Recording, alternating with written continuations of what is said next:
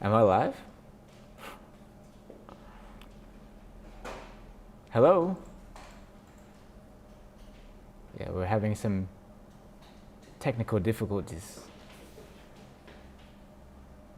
We're live? Oh, all right, I guess we are. Hey guys.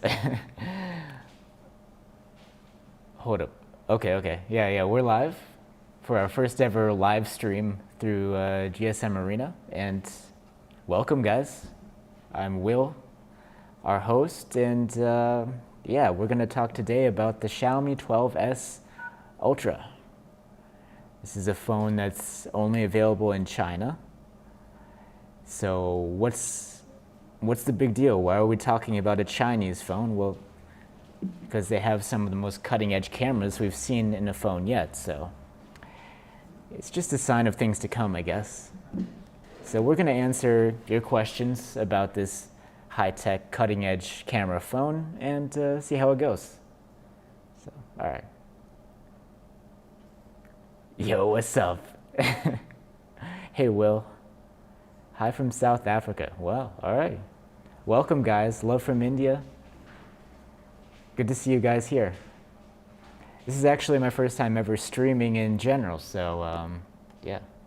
It's first time for everything, I guess. Okay, so our idea for this was we're going to try to answer first the comments that came in through the YouTube video. You guys drop some comments down below there. And after that, if we have some time, we'll go through some of the questions that you guys are posting here in the chat. But first off, let's go through the Q&A from the YouTube channel. Hi from Philippines. Yay. All right. So the first question was, what was the game that you played in the video? Well, we're usually playing the same games. The reason is because we want to compare how I don't know, how the gameplay is, how well they run on different devices. So this is one of the ones that we like to play. It's called Goat Simulator. And I mean, it's nothing crazy. The graphics are kind of outdated, but it's, I don't know, kind of like a good baseline for some 3D gaming. And it's kind of funny to run around as a goat. All right. Slow mode. What's slow mode? Uh-oh. Yeah, this chat is moving pretty fast. You should play Genshin Impact on every phone. We actually do try to play Genshin. That's like one of the higher tier games. It doesn't run so well on most phones, so yeah, that's a good test. Oh, I don't know if you guys see this, but yeah, it's an example of a phone that comes from China. Some Chinese text going on. Yeah, so this phone is only available in China, and a lot of the apps and menus and whatnot are Chinese. And you can try to switch things over. You know, we installed Google Play and some Western apps, but still you get a lot of the interface is still Chinese. All right, let's move on to another question from the YouTube channel. From Lai Kyung. Right, I'm butchering the name, sorry. It's, does the 12 Ultra sound of speaker louder than Black Shark 5 Pro? And, well, yeah, you get a pair of stereo speakers here, and they're quite loud. They're pretty nice, actually. Let me go into, let's see if I can go into, oops. Oh, man. Sorry, guys. Okay. So this is here at the GSMArena website. And let's go into our lab tests and see, oops, here we are. We have our speaker test right here, and it's pretty handy that you can just add a phone that you're looking for. So Black Shark 5 Pro. And I actually, I checked this out the other day. The Black Shark 5 Pro really has a nice pair of stereo speakers. It's really full sounding, has a lot of bass, and it's actually louder on our scale. They both earned a very good score, but it's actually a little bit louder at -24 compared to -25.6 on the Xiaomi 12S Ultra. So yeah, Black Shark 5 Pro, that's more of a gaming phone. You don't see it everywhere, but if you're looking for a phone with some nice speakers, Black Shark 5 Pro is the way to go. All right, let's go back over to the stream. Here we are. All right. Okay. Yeah. Why don't you have any social media? I don't know. I'm not that kind of guy, I guess. All right, let's move on. S. Jimenez says, how long does the battery last for a typical user compared to a phone with a Snapdragon from last year? Well, if you're comparing to a phone with a Snapdragon from last year, you might as well compare it to last year's Mi 11 Ultra. And actually, the battery life is better here. Let me see. You can quickly go back. Whoops. Let's quickly go back to these lab tests that we were just at.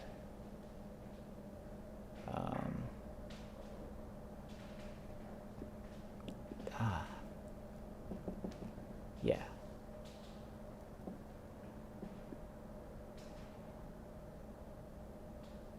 Okay. So the 12S Ultra, we do our proprietary tests, and part of what that entails is like screen on time. And the 12S Ultra did beat out the Mi 11 Ultra when it came to screen on time, and also, well, the reason why the endurance rating is a little less is that the battery itself is less, is smaller capacity. But as far as screen on time goes, it's a little bit better. So the difference is in the standby, in our standby test. I don't know, they're comparable. The difference isn't huge. All right, let's go back. Yeah. Okay. So, does it have better performance than Red Magic 7S Pro? And that's posted 4 times in a row. All right, I guess you really like to know that. Red Magic 7S Pro, we're still working on that video. I think we're actually doing a video for gaming phone, our recommendations for gaming phones, buyer's guide, and yeah, we'll go into the 12S. No, we'll go into the Red Magic there. I don't know. Performance should be comparable, but of course the Red Magic is a gaming phone, so it's going to run games a lot better. This phone does tend to overheat on the 12S Pro, or on the 12S Ultra. It does tend to overheat. So, speaking of overheating, the next question says, did I just hear throttling and runs hot? When are we going to catch a break? And another person says, so the chip is still hot, where is the TSMC improvement? So, as you might know, this runs on a Snapdragon 8 Plus Gen 1 instead of a regular Snapdragon 8 Gen 1. And the difference is it was fabricated at a different place with TSMC. And the difference is supposed to be, I don't know, more power efficiency, let's say, but not exactly better heat management. And you still get, I don't know, pretty lousy thermals with the new chipset. Snapdragon 8 Plus Gen 1, I mean, has really high peak performance, but sustained performance, I don't know, these phones tend to overheat pretty fast. And I forgot exactly what it was. Let's see. If we go into the test, the performance. Let's see. So we did our thermal throttling test, and so these are benchmarks that basically really stress out either the CPU or GPU performance, and we run them for like an hour, and we see, can the phone actually complete the test in an hour? Or we also would observe how it heats up, and yeah, if it's stable or if it's bouncing around. And what we saw was that in the CPU test, the phone didn't do too badly. Like after an hour, it was still around 81% of its maximum CPU performance, which is pretty good. But when it comes to the GPU, when it comes to the GPU, it dropped a lot. And it went down to 54%. And that's like, I don't know, you're going down to half of your maximum performance after an hour. And if you're playing a heavy game for an hour, I mean, that could be noticeable. I mean, it's not the same as a benchmark test, but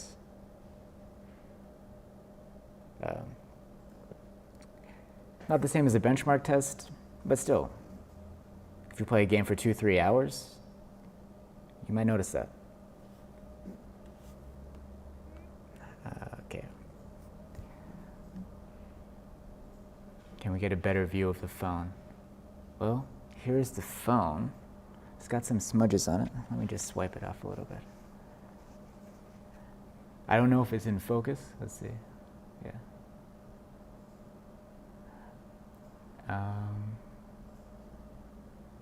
Any glitching or hiccups? Not that I've seen. Everything feels pretty smooth. The only thing is, yeah, the Chinese apps and menus can be a little bit off-putting if you're not used to that. And yeah, especially out of the box, setting up the phone was kind of difficult. I know, it's kind of...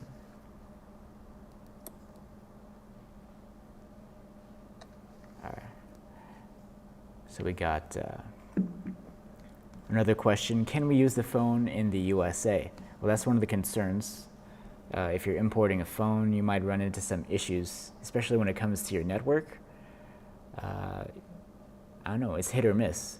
It's kind of a gamble, but we were able to make it work here in Europe. It worked with our SIM cards, so chances are it would. Any ads? Haven't seen any ads, which makes sense for a phone that's $1,000. You see those ads on the cheap phones that try to offset the cost, but no ads here.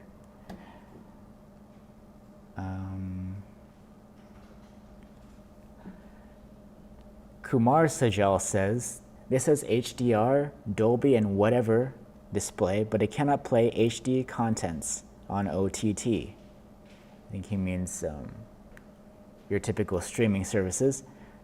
Funny how certifications control what you can see on your phones. And that's, yeah, that is a funny point to make.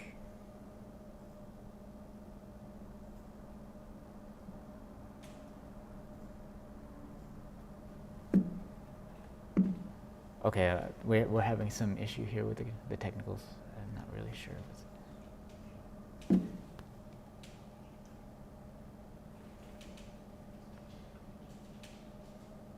What? Okay, I don't know what's going on.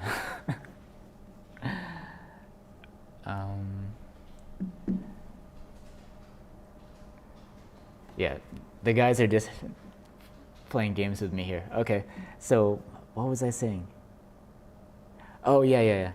So you have this high-tech screen, cutting-edge screen display with like HDR 10 plus.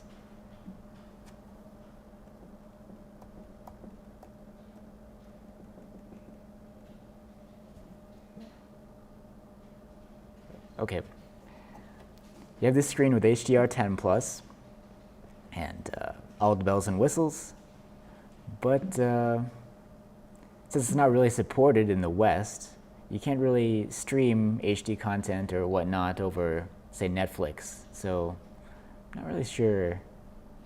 Is that so useful to have? I don't know. It looks cool on the spec sheet. Anyway.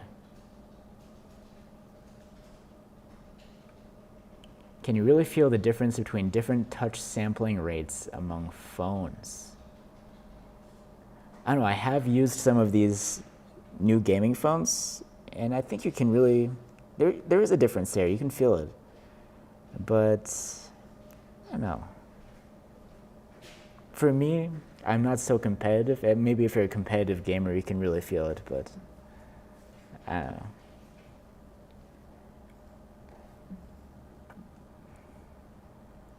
Okay.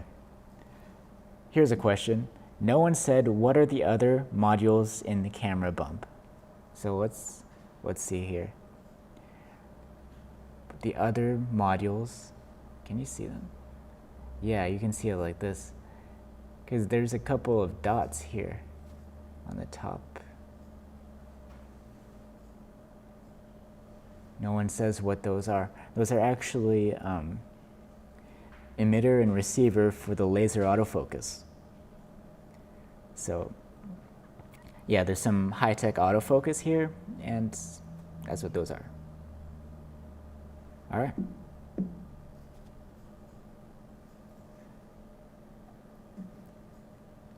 How good is the portrait mode without a dedicated lens for the portrait? Maybe you're talking about like a TOF camera. It's really good. I mean, nowadays, TOF cameras were pretty useful in the beginning, or the depth sensors, let's say. But nowadays, the software is just like so good. The algorithms that you see a lot of phones without a depth sensor that can really output really nice portraits, and this is one of them. Okay. Why does this flagship? Why does this flagship not have 120 watt charging like some of the other Mi phones? Yeah, that sucks, right? Well, you do get a 67 watt charger, and that's not bad. I think it charged to like, was it 70 something % in half an hour? So it's definitely not slow, but it's not 120 watts. But you do get it in the box, which is something that a lot of flagships don't do these days. Yeah. I think it's just market segmentation, and maybe this is the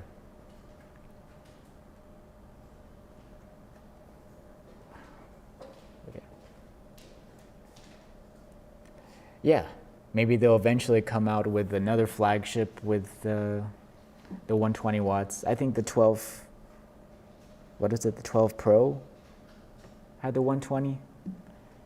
Yeah, they'll save it for their next model. When is the global launch? Well, that's the question, right? Probably there won't be one, but yeah. Next model, we'll see. They'll come out with a global, this camera will be in a global model, I'm sure. They'll just pack it into another phone.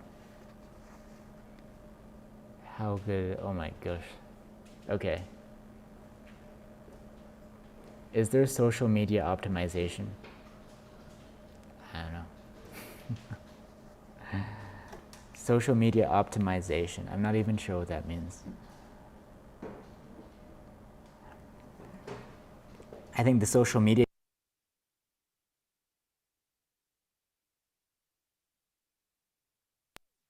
is the Chinese ones. And I don't know how those work.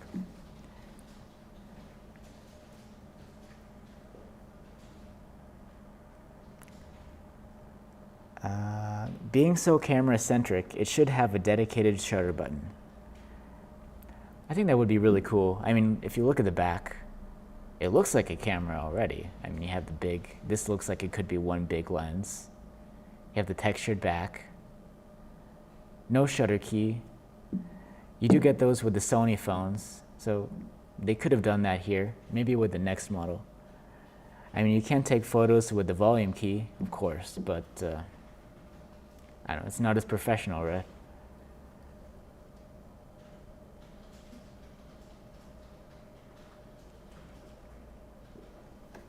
Okay.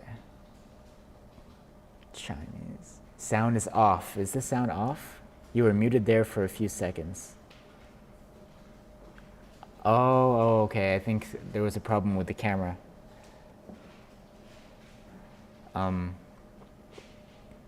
But I don't know what I was saying at that moment, so sorry about that.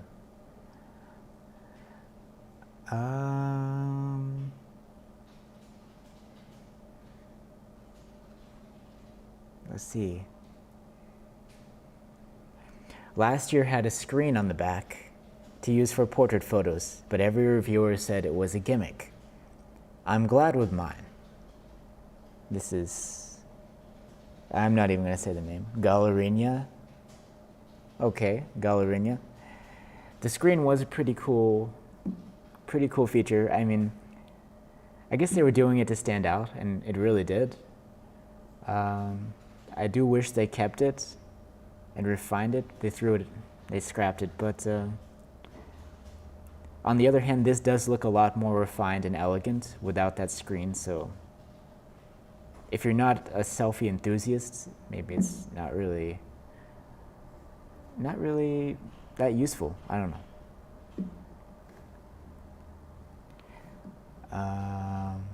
Oh, by the way, so we did forget to mention in the video that selfie video is limited to 1080p. So you got your selfie videos, 1080p resolution, which is pretty poor considering this is a camera-centric phone. But I mean, it works. If you're not going to do your vlogging or whatnot on the phone, 1080p is fine. I actually use 1080p a lot because I take a lot of videos and I don't want to take up too much space. Just videos of random things going on at home. And 4K takes up a lot of space.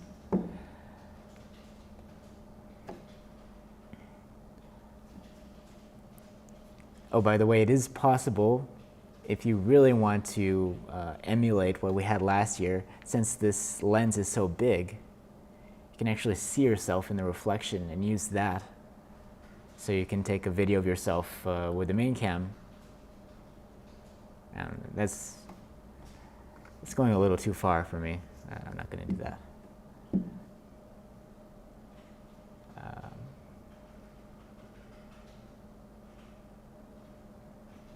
What's the main difference between MIUI and Poco UI? MIUI and Poco UI. I think, from what I remember, I think one of them has like the app drawer out of the box.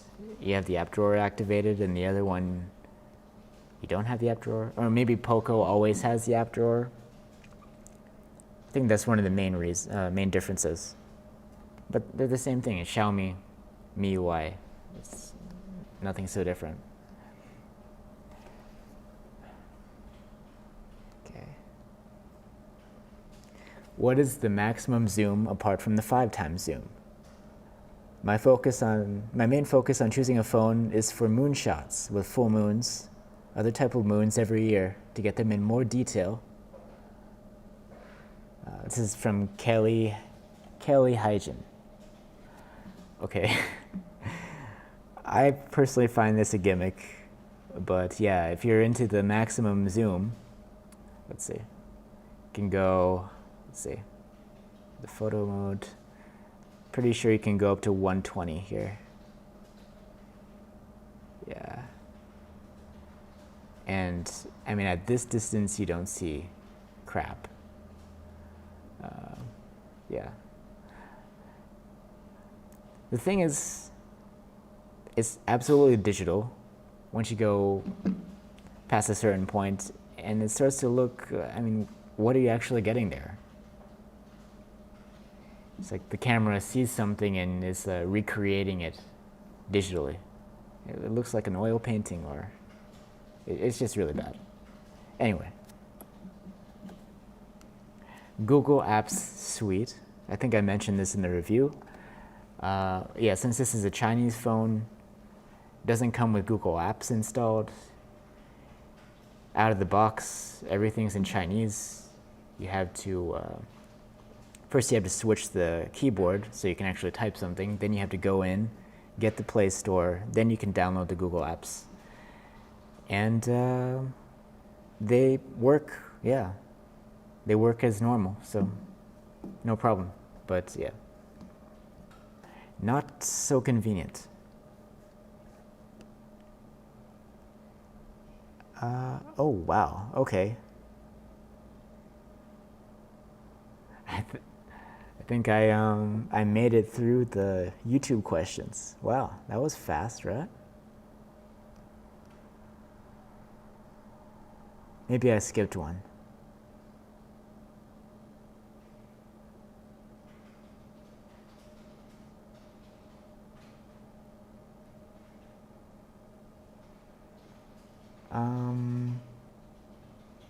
Oh, here's a question I skipped accidentally. Greg Zeng says, many brands and models have this Leica label.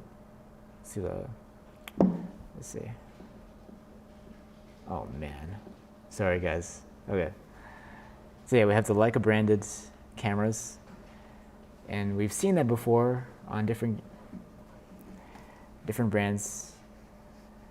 So what Greg is asking is, are these the same quality? Does it have a guarantee of the quality? Are they going to be comparable?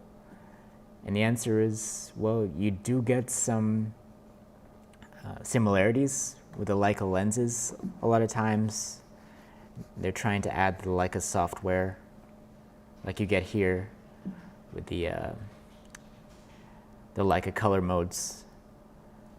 But the thing is, this is a unique sensor, and it's not going to be comparable to, I don't know, really any other phone right now. So even if it's like a branded another phone, it's not going to compare to this one right now. How did you get this phone if this is China only? Well, you can import it.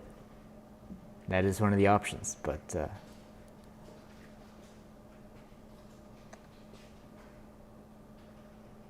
oh, okay. Okay, guys. Actually, we've made it. Hold on. Thanks for tuning in, guys. We've made it through our questions from the YouTube channel, and I would love to stay and keep chatting, but we're running into a couple of technical issues. So thank you so much for joining in, and I hope you enjoyed our first live stream. Again, I'm Will for GSMArena. Oh, crap. I think I touched the mic. I'm Will for GSMArena, and thanks for watching. And I'll see you again on the next one. Cheers.